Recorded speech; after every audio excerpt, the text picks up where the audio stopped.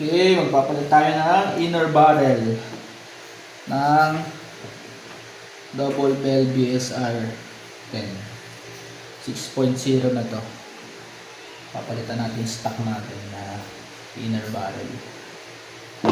So yan.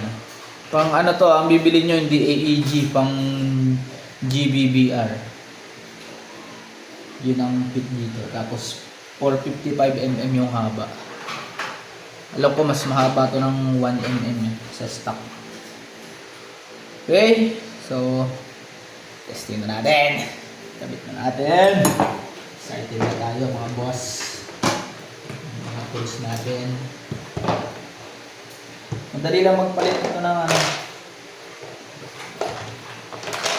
Madali lang magpalit ng ano ng inner barrel nito kasi madali lang siyang kalasin. Hindi gaya ng mga AEG natin na napakahirap maklasin.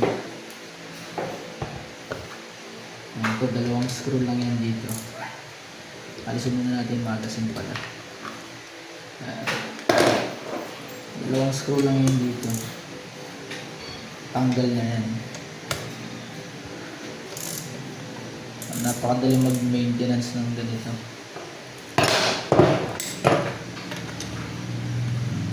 Dalawang screw lang yan dito. Tanggal na to.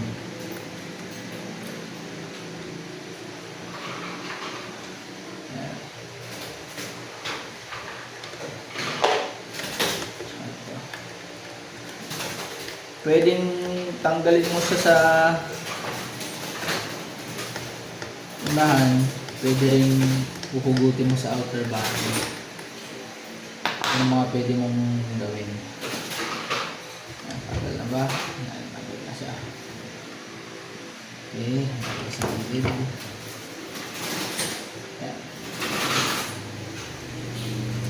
Pwede hugutin mo dito. Hugutin mo to, tapos tanggal tong screw para mailabas mo siya dito. Or pwede hindi mo to hugutin, dito na lang. Unscrew mo to, tsaka to. So para sa akin, siguro mas maganda dito na lang. Kasi pag hugutin mo to dito, ilahin mo pa yung cylinder niyan dito eh. Baka magasgas pag ginanon mo dito yung cylinder. Para sa akin, dito na lang mas maganda. Mas madali. Dito. Alisin mo lang to. Yan. Tapos ito. Unscrew mo lang to gamit yung long nose. Dalawang butas na naman yun. Yan. Counterclockwise to ha. Hindi to reverse thread. Yan.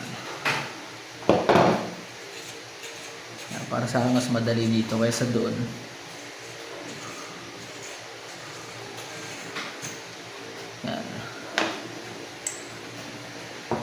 Tapos, unscrew natin itong dalawa. Ito, yung dalawa ito. Unscrew natin ito.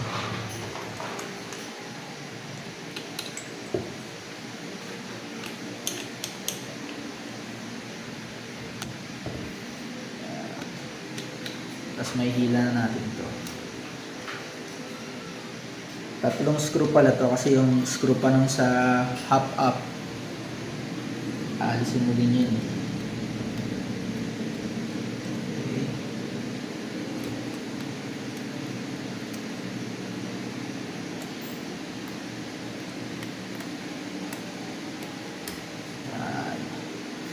Yan, simulan to. Tsaka to. Itong ano na to. Yung pang-adjust ng half up. Alisin mo din yan.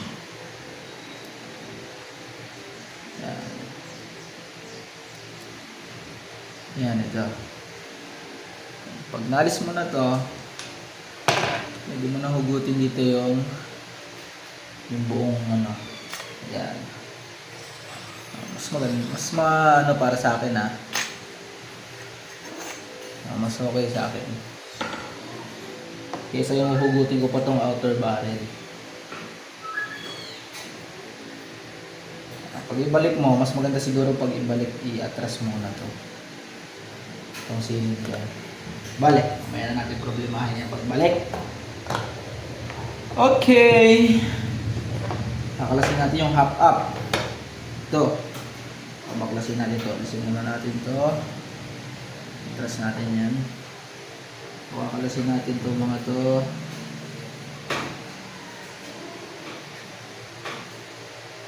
Para maghiwalay-hiwalay sila. So, ito muna sa arm. Ito yung arm. Ito yung pang-adjust ng hop up. Yan na. Yung sa arm. Nandito yung ano nyan. Yan, nandito. Yan. Nilulubog niya yung hop up. Yan. So, alisin muna natin ito. So, una natin kakalasin.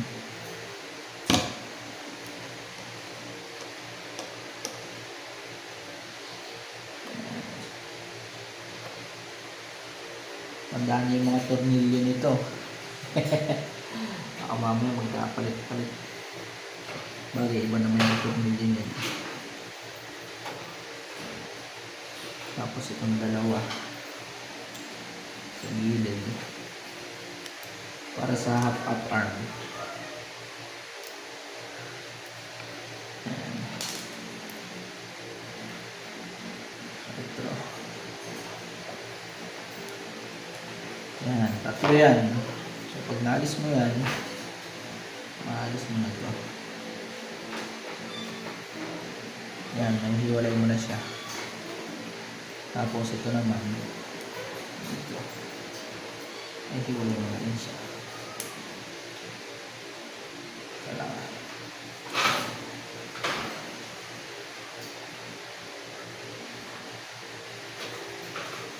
Yan. Meron niyang ano dito, ngipin. Yan o. Yan ang mga ano dyan, isushoot mo yan pa ganyan.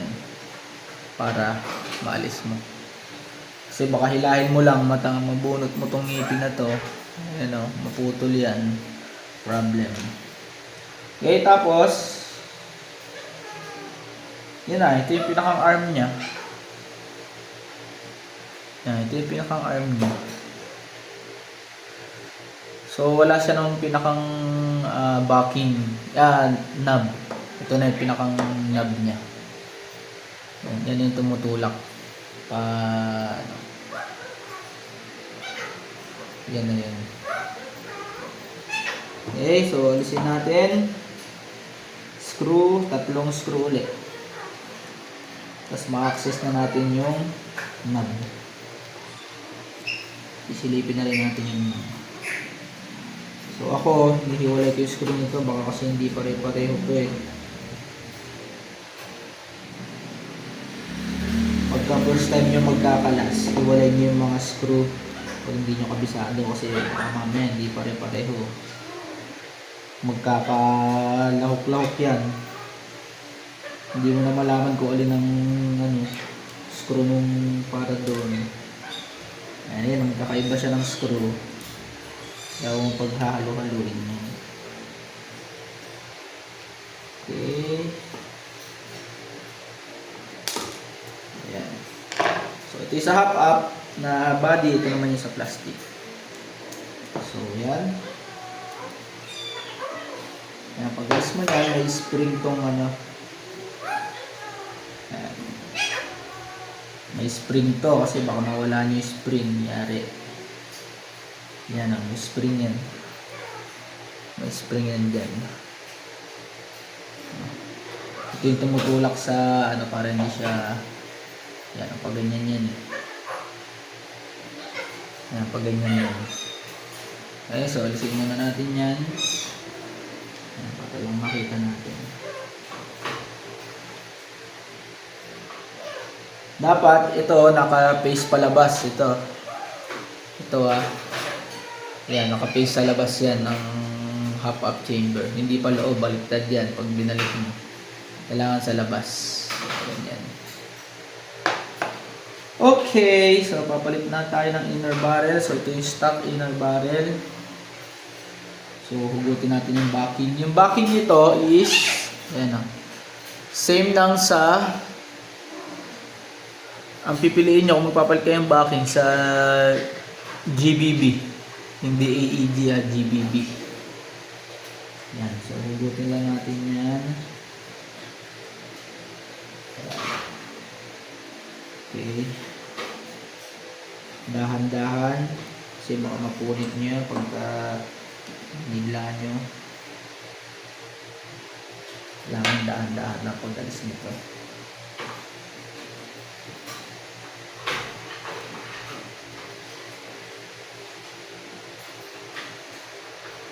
Dahan-dahan na hila.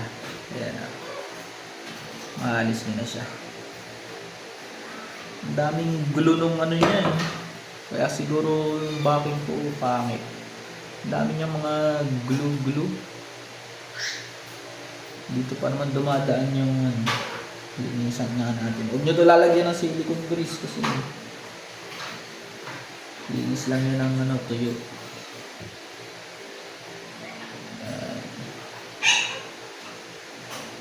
Maganda malinis din yung loob. Kaya tayo ng cotton buds eh. Saan ba cotton buds ko? Ito na lang.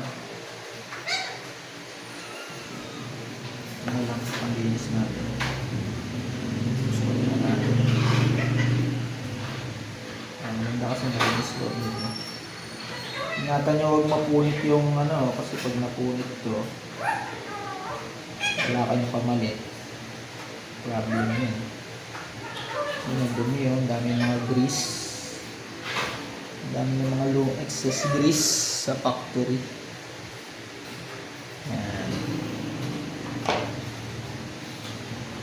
Yan. So dito muna yan. Tingnan natin yung stock at yung bago natin ilalagay. Pareho ba? Okay, pareho. Tapos ang haba, ay mas mahaba siya ng konti lang. Konting-konti lang. Ayan o. Mahaba siya ng konti lang.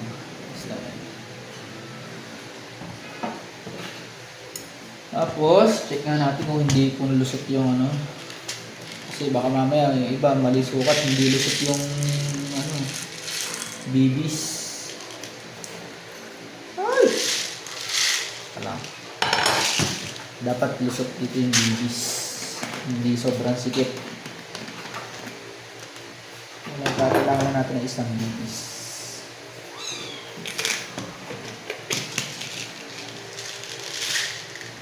Ano to? 6.1. Okay. Check natin. Check natin para dito natin sasabihin. Yun, lusot. Okay, pasado, lusot. Okay. So talagang tight doon, Silipin natin, walang dumi. Make sure bago may gabit, wala siyang dumi. Okay, walang dumi, malinis na malinis. Okay, so kapit na natin ito.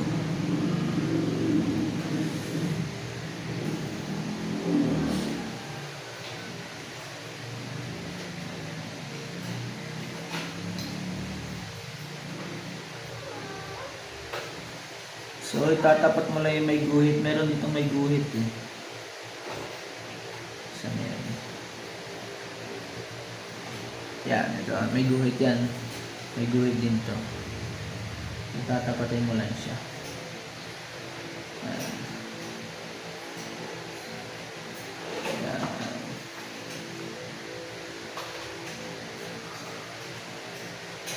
Yan o. Guhit yan eh. Dapat match yan ang guhit yan. Okay. Tapos dapat nakasit siya doon, sakto siya sa loob.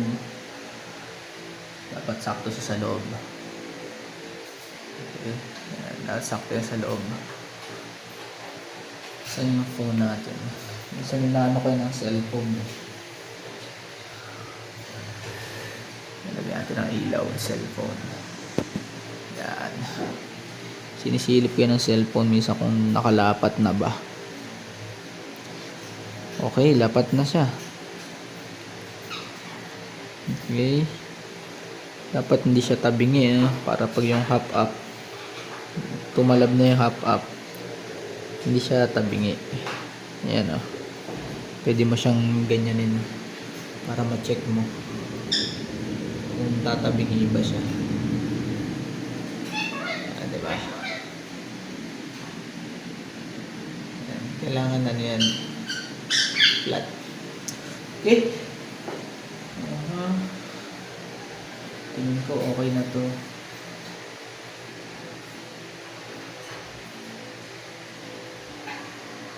Yan. Ano to? Yung iba, tineteplonan to. Tineteplonan yan. Pero ako, tsaka ako nateteplonan to. Kasi papalitan ko pa naman to. Okay. So, pag binalik natin yan, ito, ayan, may ano sa gilid. Dito nakaano yung ano yan. Ito. Ganyan siya. Yan. Yan yung tama niya. Okay. Kailangan ano to. Sakto dapat siya dyan.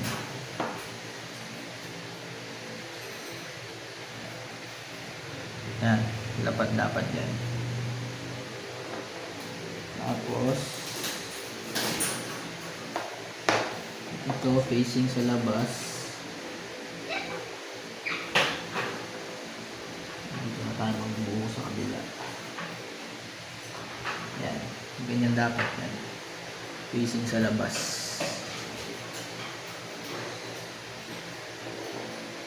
Tapos sunod natin dito yung spine. Ay! Teka lang. Barbie! Sabi ko na eh. Unahin natin. Dito dito. Ayan. Tapos ito. Dito. Shoot yan dyan. Tapos ito dito.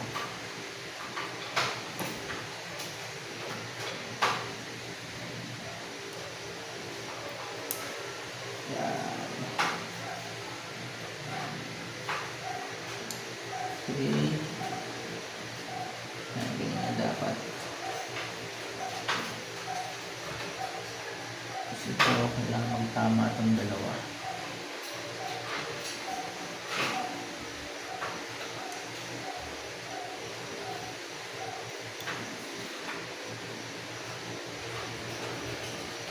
Hindi siya magtama.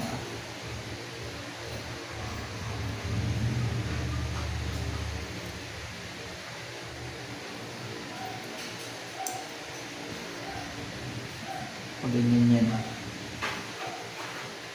Okay.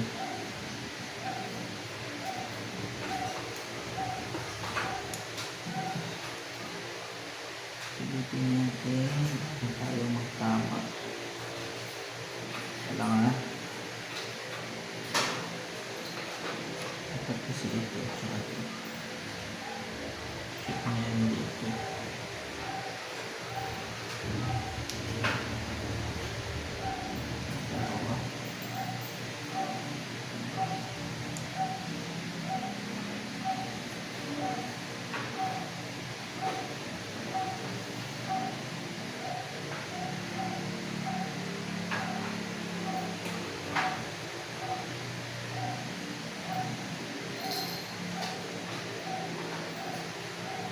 Ang tanong ngayon, ba't hindi ito masara? Dapat kasi ito masasara mo na ito eh. Tapos silipin muna natin ulit para sure.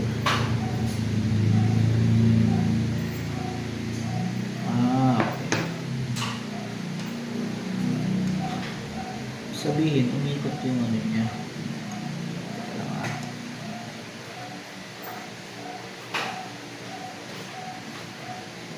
Yan, dapat ganyan yun eh. Mamaya na natin ilagay yung isa. Sara muna natin ito ng soak dapat.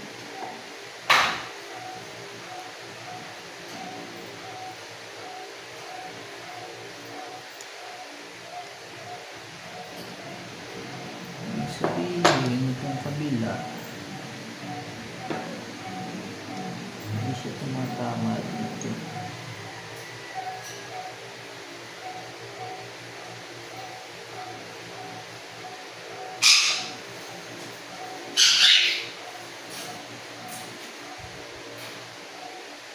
Okay. So dapat Hindi siya masyadong malapit. I-atras natin siya dapat ng konti. Kasi pag sobrang lapit niya, hindi tumatama yung ito. Meron tong lock dito, kailangan sa pull yan. Okay, dapat sa pull yan doon. Ito na itong kabila. Ang kabila dapat sa pull yan doon.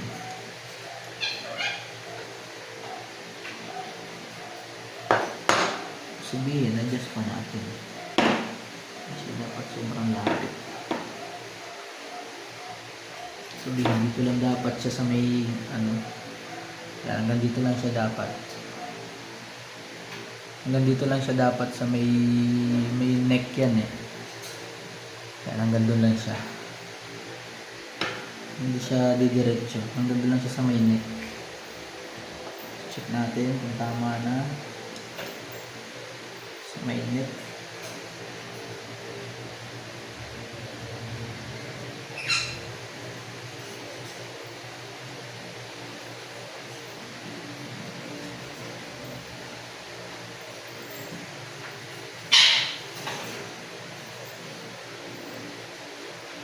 Saan yung stop?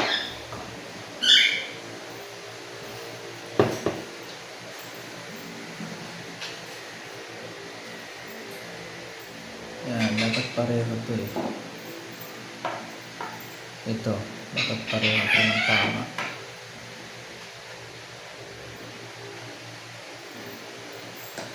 Yung pala pinagkaiba nila. Alisin muna natin ito. Dapat pareho siya ng tama. Ayun, malayo. Dapat dito siya. Ibig sabihin, atras pa natin yung natin. Layo ito eh. Sabihin, ito, hanggang dito na natin siya ilalagay sa may malapit.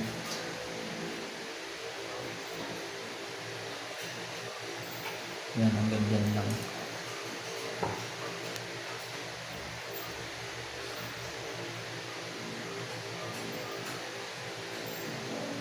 Sa malapit na natin sila ilalagay para sumakto siya dito. Kasi dapat sakto yun din eh.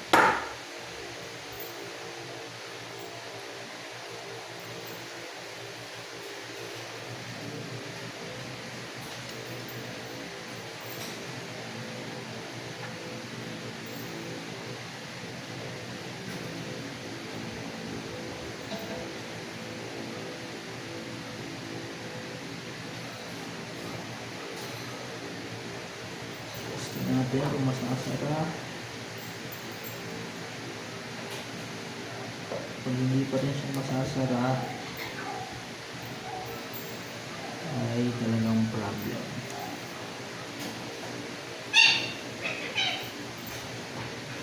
Kasi pag nakaganito naman yan, hindi natin isara yung diretsyo. Bale, sige, testingin natin na. Tignan natin kung anong kalalabasan. Okay, sa may buo.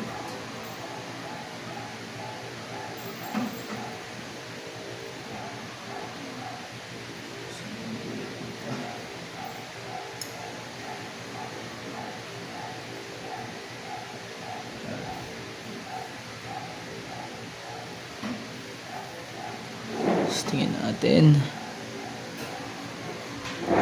Tingnan natin. Testing lang.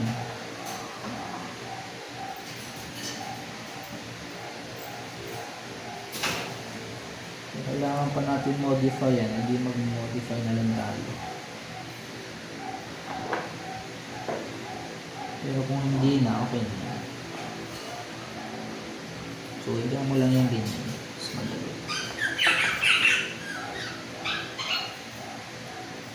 Pwede naman natin lihahin ito para mawala yung kaso. Kasi kailangan din yun.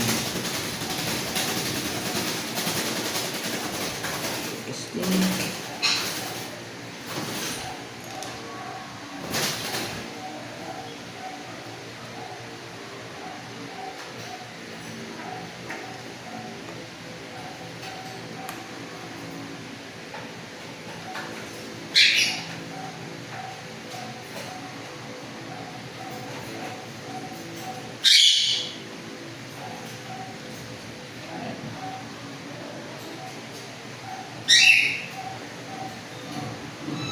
natin ito muna.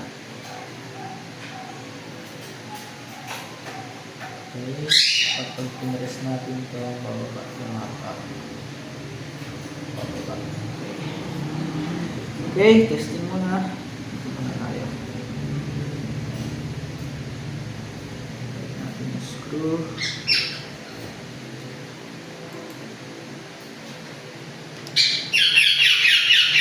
Tignan natin kung anong magiging resulta.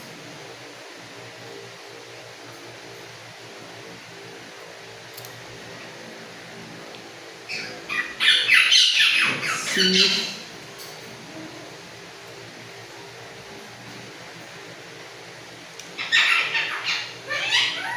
Tignan natin ang konti. Dito konti.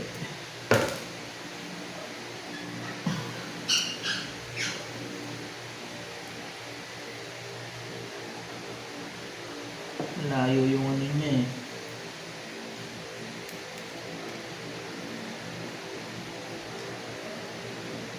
Steam.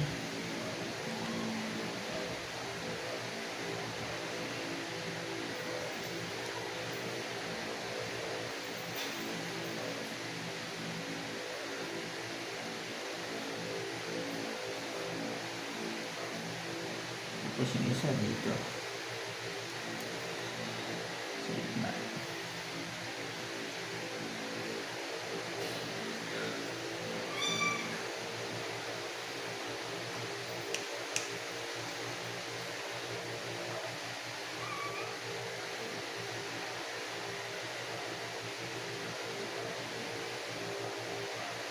Okay. Ito, konting higpit lang natin dito. Kita na natin ito ng pangiti.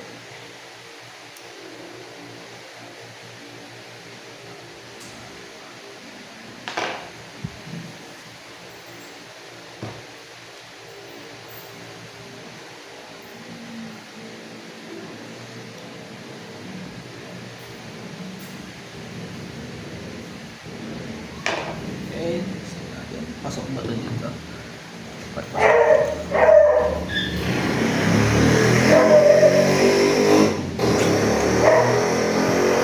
Masikip siya, so kailangan talaga natin anuhin yung ano niya. Kailangan talaga natin i-mode yung dito niya. Yung nag-clip. Hindi kasi pareho size. Sige, gagawin natin yan. Mamaya balik tayo. FPS. No, FPS check tayo, okay? Nakasama na natin. Sa 0.20, nasa 400 plus lang siya eh. Dati ng stock. Ngayon, ito na siya ngayon. Wala nga. Wala kasi tayong pang malalay sa ano eh. 529. Sarap. Isa pa. Sapitin natin.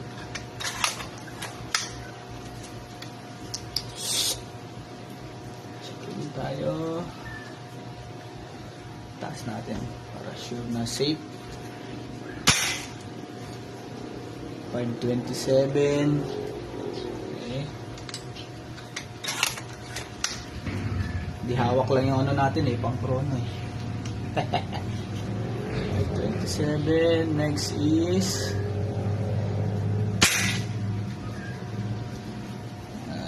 527 ulit. Ayos. 0.20 BBs to. Alright.